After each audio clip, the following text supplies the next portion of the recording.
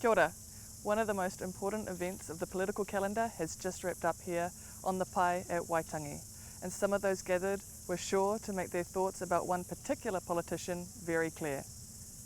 Protests on the pai interrupted the speech of ACT leader David Seymour, who had his microphone taken off him twice during his speech. Each time it was put back in place by Tai Tokoro Kaumatua Waiharoi Shortland. Protesters turned their backs to Seymour as they spoke and held up banners and blankets reading Toitu Te Tiriti, or Honour the Treaty.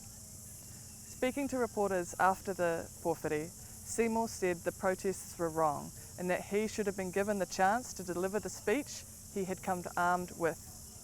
But Ngāti Wai Chair Aparahama Edwards, who had taken the microphone from Seymour, said he was wary of what rangatahi, or young people, who were listening to David Seymour's speech were hearing.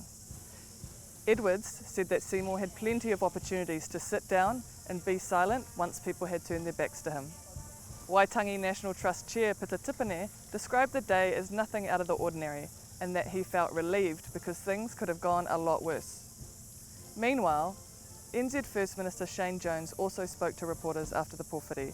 He said that funding should not be given to the Waitangi National Trust unless they buck up their ideas. He described the pōwhiri as a circus. National Minister Paul Goldsmith did not agree with restricting funding on such a premise, while Green Party co-leader Marama Davidson described it as an abuse of power. So it was an eventful and at times intense day down at the pai at Waitangi. Read all about it in much more detail at nzherald.co.nz.